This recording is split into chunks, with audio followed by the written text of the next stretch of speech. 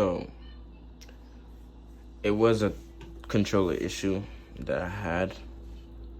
I got everything wired up, soldered, connected. It's working. I paid about 15 bucks just to get this tire repaired, which I could have saved 15 bucks and more to get me something like supermotos and stuff.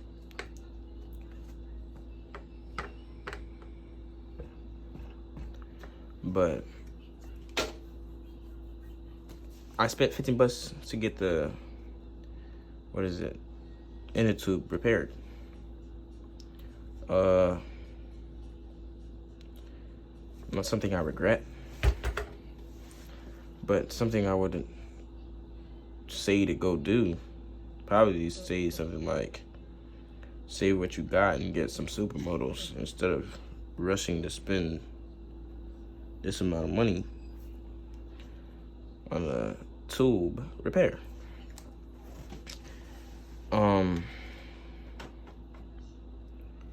Yeah, so the bike works. Charging port right here. Voltmeter right here. Not really the voltmeter, but it shows basically a bit the same thing, full, empty. Right now the battery's full, everything. It lasts about 15 to 25 miles, as it did say on the thing. Not on this, but on the website.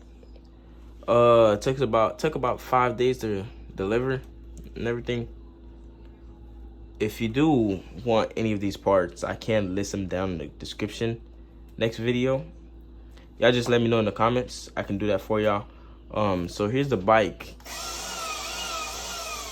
Bike's works. Supposed to be hitting about 25 miles, not 25, 32 miles per hour. So it would have worked a long time ago, the chain, because the chain I had, but the tensioner wasn't doing its job. It would wiggle around sometime. I would screw it all the way in, it would still wiggle around as if nothing. I don't know. I put spacers down there too, so it doesn't wiggle. It stopped wiggling, and it was still, chain would still pop off. So I took off the chain tensioner, and I'm like, how about I just get a smaller chain so it could run from the front sprocket and the rear sprocket.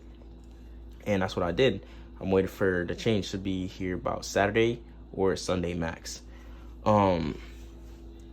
Yeah, so we got the hydraulic disc brakes right here. They go this far, but when we have the thing on, when we have the tires on, they go like this. So yeah, plan on getting new handlebars, but soon.